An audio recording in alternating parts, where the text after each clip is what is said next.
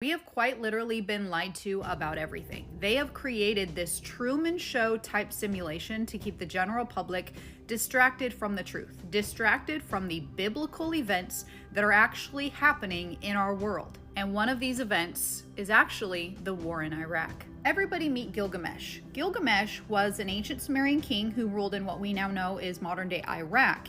And he was a 17 to 20 foot giant. He was a demigod, which means he was half human and half god. Now, if you know your Bible, and if you followed my stories before on ancient Egyptian history and how we've been lied to, you know that these giants actually existed, and they were demonic human hybrids that ruled and ravaged the earth. Now, Gilgamesh was a barbaric king. He built up and ruled over the city of Uruk, which is, again, modern day Iraq. Now, you and I were taught that this is all just mythology, just like the ancient Egyptian half animal, half human gods that we read about. But when you read the Bible, you understand that this all, in fact, actually happened. So what does he have to do with the war in Iraq? This brings us to 2003, when German archaeologist Jörg Fassbinder was digging in modern-day Iraq, and he thought he found the city of Uruk. Gilgamesh was simply a figment of myth.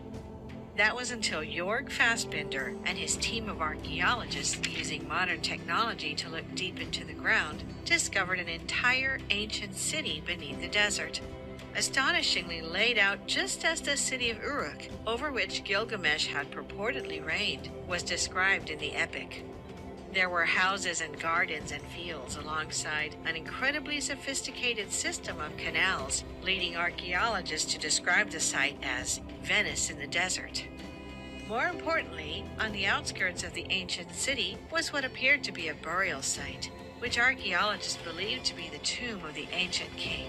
So Jörg goes to the authorities, tells them he thinks that he found the city of Uruk and possibly the tomb of Gilgamesh, and 5 months later, we invade Iraq. Now here's where it gets crazy, because not only did we invade Iraq immediately after his findings, our military builds a base directly over the ruins. Anyway, it's not a secret that the USA established a base in the old Babylonian city, destroyed some historical artifacts, and also took with them many of the artifacts. They constructed buildings and helicopter landing pads in the ancient city. It's not a secret that they were searching for something very important. There were none. There were no weapons of mass destruction. All right. And something's wrong. It's a whole world of deceit. We're going into Iraq to get artifacts, not to get anything but artifacts. That was the most important thing, they said. But which artifacts? I don't know. They just said artifacts. There were things in Iraq that were so old that we had to go get. Bush wanted those artifacts. It was very important. Did we get them? And if so, where did they go? We got them. They said they got everything they needed from that country. Where is it? I don't know. We have it. Saddam Hussein was building a massive reconstruction of Babylon near the ancient city.